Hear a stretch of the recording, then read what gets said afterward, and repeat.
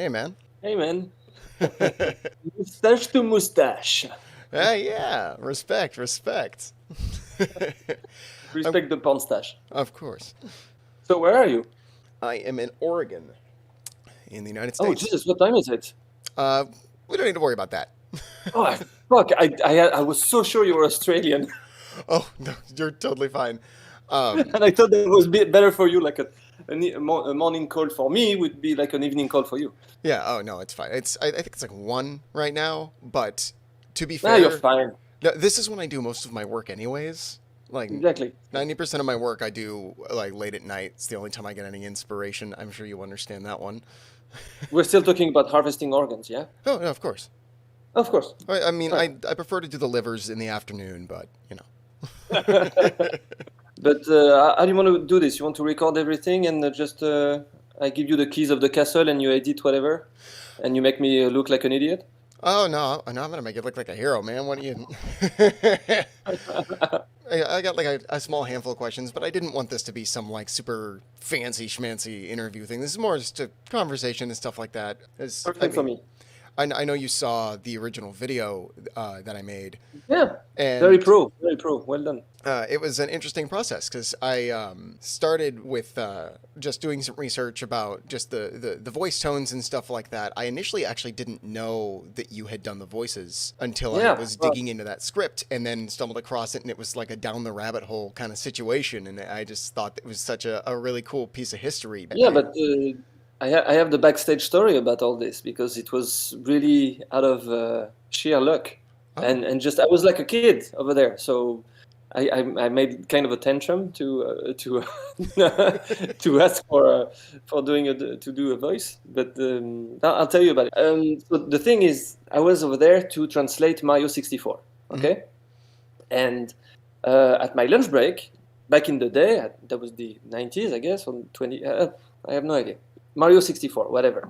yeah. The Nintendo 64 was just at its first stages. And at my lunch break, I was playing Magic the Gathering cards. Hmm. And that was really big in Japan back then. And we started, meeting people, programmer from one game, level designer from another game. And in between matches, I would speak to the guys and in my, shitty Japanese. And I realized that the guy I was facing was working on Mario Kart 64. And I said, oh my God, I love this game. Can I play it? Can I play it? Can I play it? He brings one EPROM just to play the game. And Yoshi had a voice because it was a sound effect, but no other characters had voices. And I instantly played with Toad, which was my character on the Super Nintendo.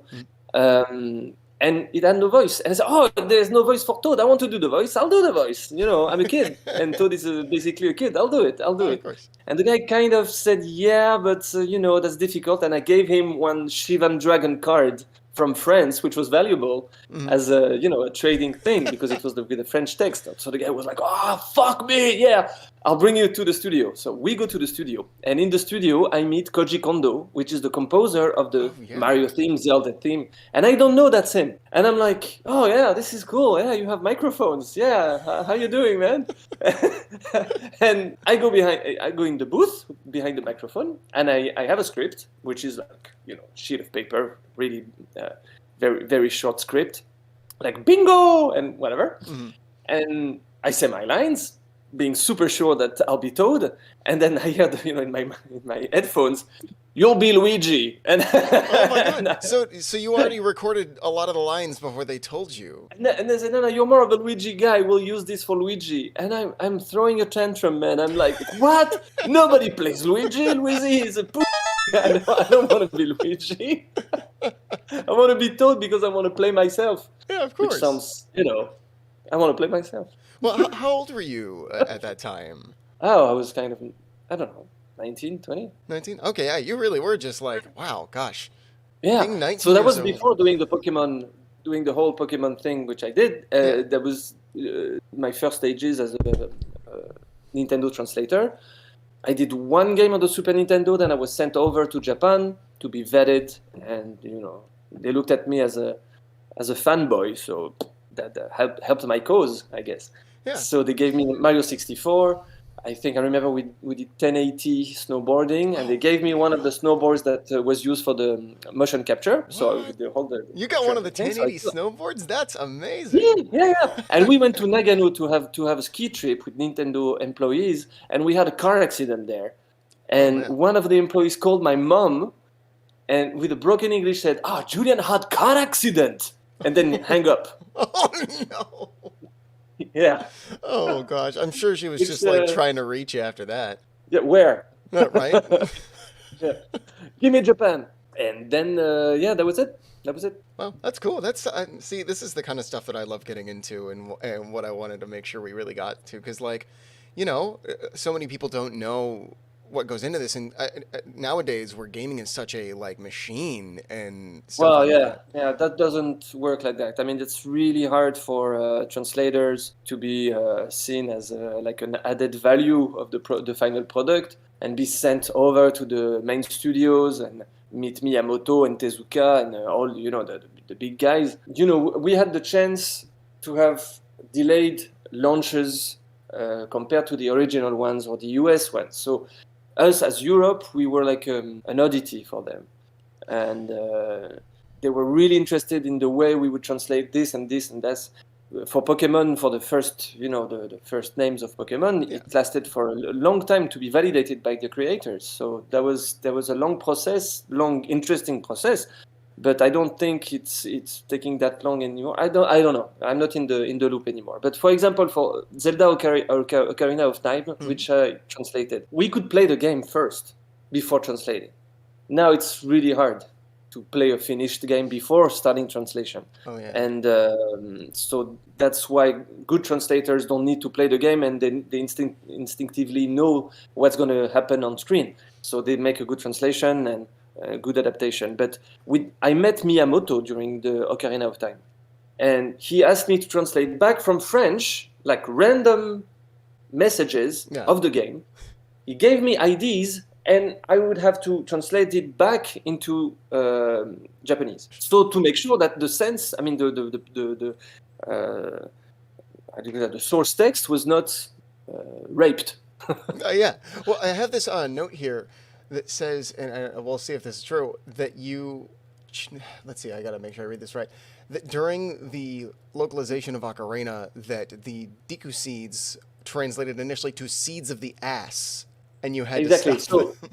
Exactly. So we were working for, a few weeks, maybe months, I guess. And Deku was Deku, Deku tree. Everybody in the office was saying Deku, Deku, Deku, Deku, Deku. And then that was like the final day of handing out the script, the French script. And I just realized, my God, French players will say Deku or Deku, which is like a French pronunciation of D-E-K-U, Deku. And Deku means of ass.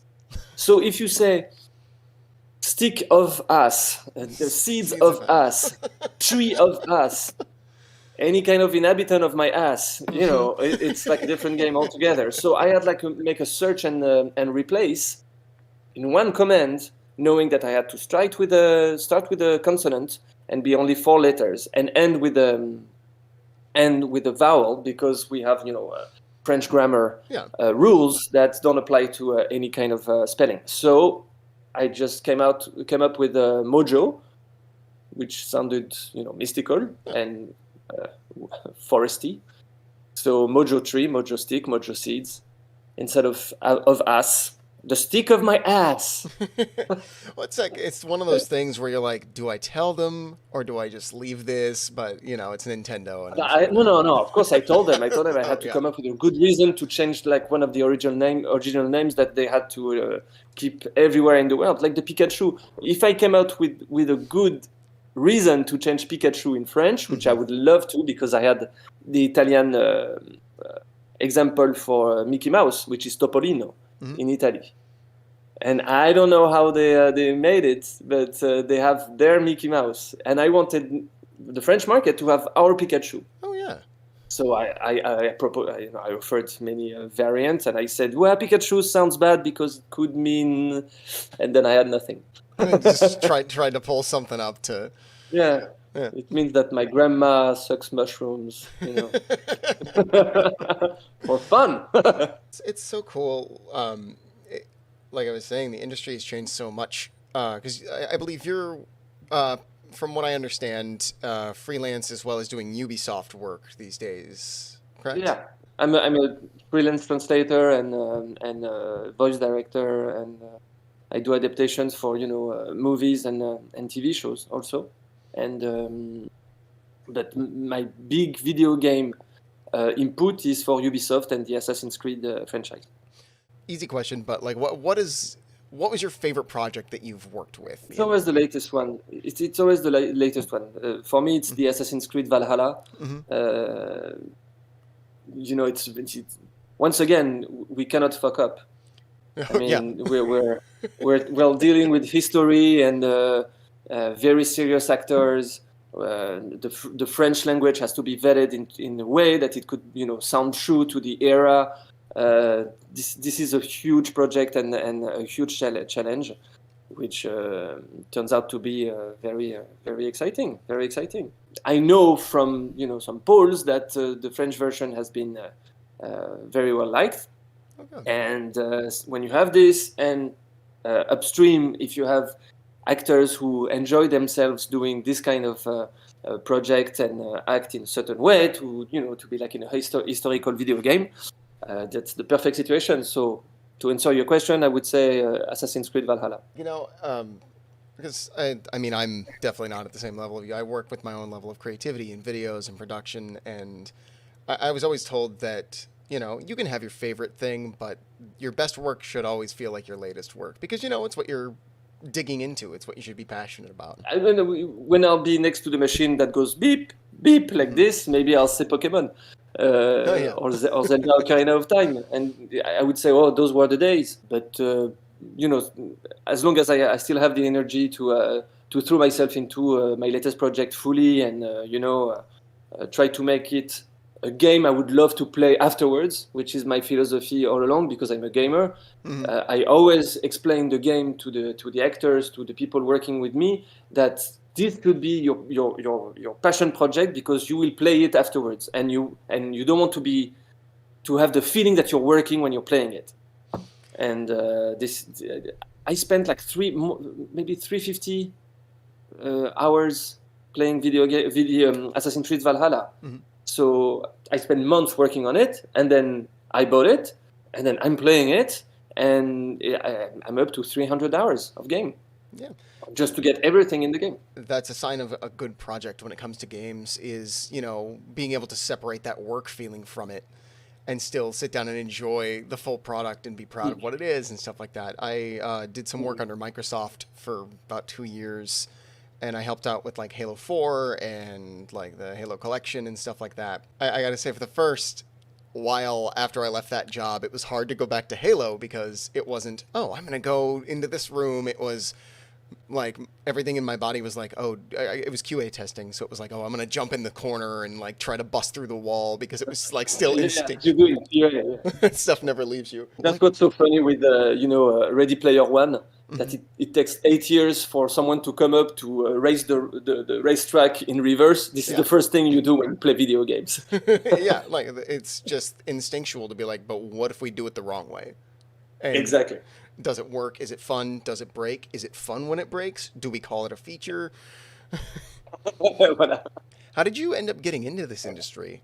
Was it just like you woke up one day and played enough, Atari and NES to go, yeah, sure, let's do it? I'm not that old, Atari, you douche. Hey, look, I played Atari, and I'm not that old, so... Yeah, okay. So, no, I was playing Atari, actually, and in television, and then the NES, and a lot of games. And I had a buddy of mine started, importing games from Japan with an action replay adapter, so we can play, on our French consoles. So we were stuck in games because we didn't speak the language. So I started learning Japanese to understand why I would be stuck. I remembered, I think that was Final Fantasy 4 or 3, I don't know. I think so. You enter a cave and you instantly die if you have any kind of equipment made of metal. As a gamer, you would always, equip the best equipment at a given time. But in that cave, you had to, downgrade with wooden equipment, so you would survive. And I was stuck there for days, and I said, "What the fuck is this?" So I would, learn Japanese to understand. And after that, I said, "Why stop there?" And I called Nintendo, and I applied for a job, and I started as a hotliner for people who would be stuck in games. And I was like, I don't know, 17, 18, I guess. Then the translator at that time got fired, and I asked to have a test to, maybe I was good enough to translate games. And I was vetted by a Japanese guy, then another guy, then they sent me to Japan. And it sounds like a fairy tale now, because I don't know if it happens like this anymore.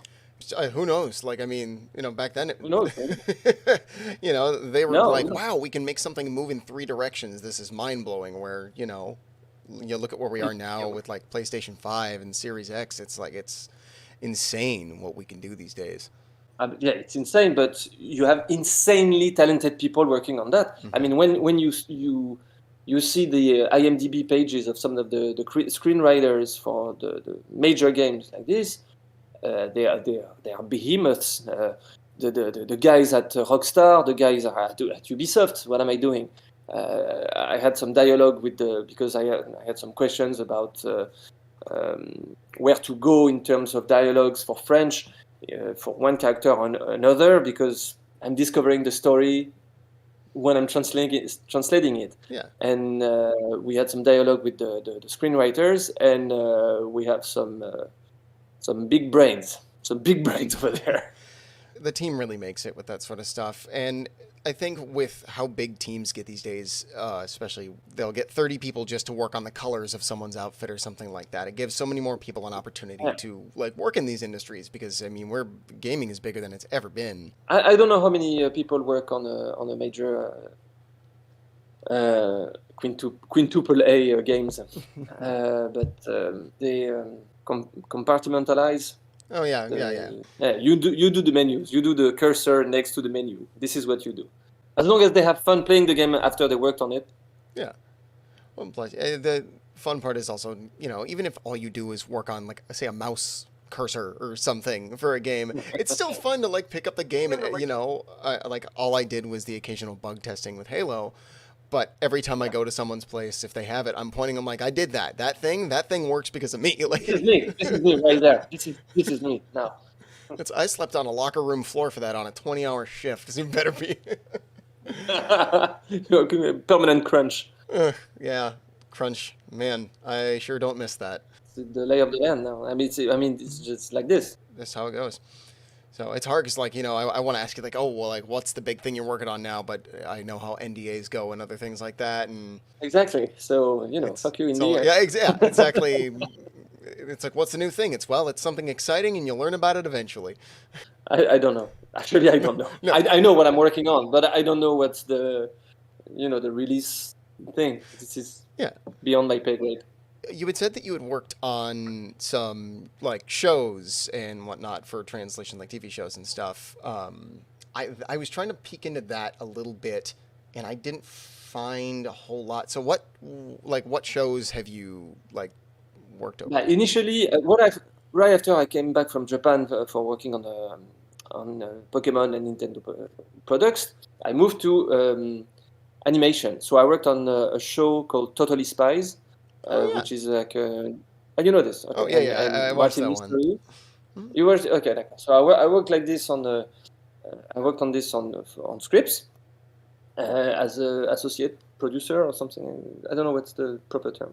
And after that, I moved back to adaptation, and I did some plays, American and English plays, and I wrote the adaptation, and they were on stage in Paris.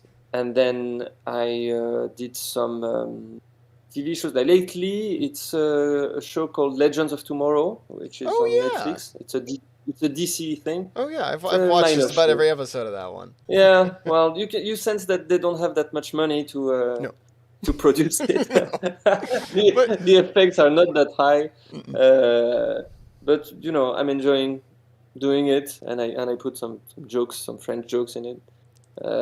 So this is the latest things I do, and I write the scripts for the voiceover actors. dubbing actors.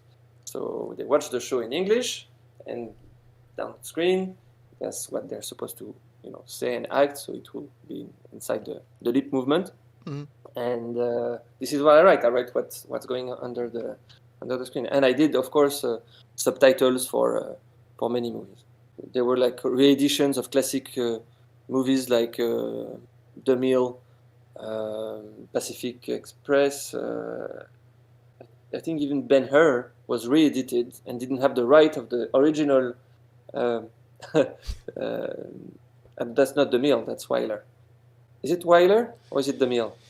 I always confuse, Ten Commandments and Ben-Hur. Look, I'm not going to act like I'm smart enough to know that. I think I've seen Ben-Hur let's once. Just put it that way. I did some subtitles for re-edition of classic movies, and I did the subtitles for even animation. I think Walking Castle, Moving Castle. I did subtitles for this. Oh, cool. So, and I assume it's the French subtitles, or was it multiple languages? French subtitles, yeah. When you select, Japanese voices and French subtitles, I did that for video, I guess, not for cinema, because it's like two markets, like subtitles for movie theaters, for the theater release, and subtitles for the video release. And I did the video release. Well, next time I sit down to watch that movie, I'll turn on the French subtitles and and you'll see shit. I'll look at it and be like, I wish I knew. I took 2 years of French in school, and I wish that any of it stayed. Like I can't learn a language to save my life.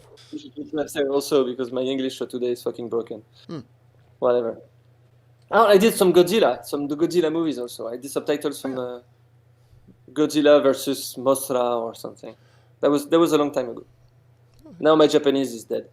Yeah, well, So live and let live, I guess, or live and let die, maybe. But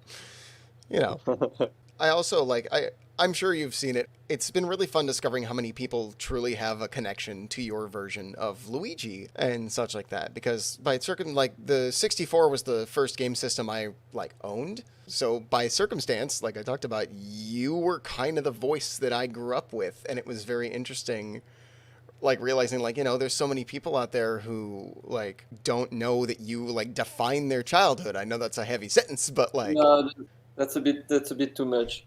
But in all honesty, I think that the guy who came with me in the studio, which was the German translator of Mario 64, who was just randomly coming, and he had a low voice, and the Japanese said, "Oh, you're German. You'll be Wario." Oh yeah, you have the voice of a bad guy. What is it? Thomas Spindler. Thomas Spindler was he was a great guy. Oh, good. I loved working with that guy. He had pink hair.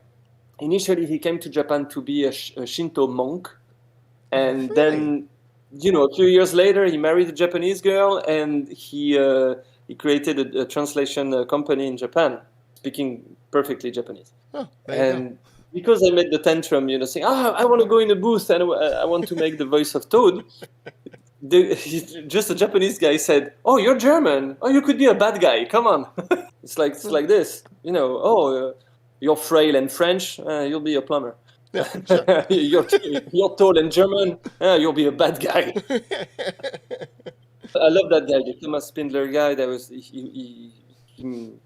we had a great time because of him. I mean, beyond work, he was great fun. He showed me around Japan. I was like a kid, and he was so nice with me. So shout out to him if he sees that. Yeah, I think that's about everything I had for any sort of listed questions. It was. I don't know how much time you had, and I didn't want to keep you going all day. No, it's all good. I just gotta still work, but no. But if you have any other. I did not really get into the Pokemon stuff because I know that that's another big angle. It's interesting. I've only maybe played 2 Pokemon games. As a Nintendo fan, I'm a little bit of a heathen because I've barely touched them. I don't know why. I just never did. But because you that's what I found out about you the most when I was just trying to understand a bit of your history is that you localized. You were the one known for bringing, like you said with Pikachu, the French names of the original Pokemon. Yeah, because there are just a few markets who have their own Pokemon names.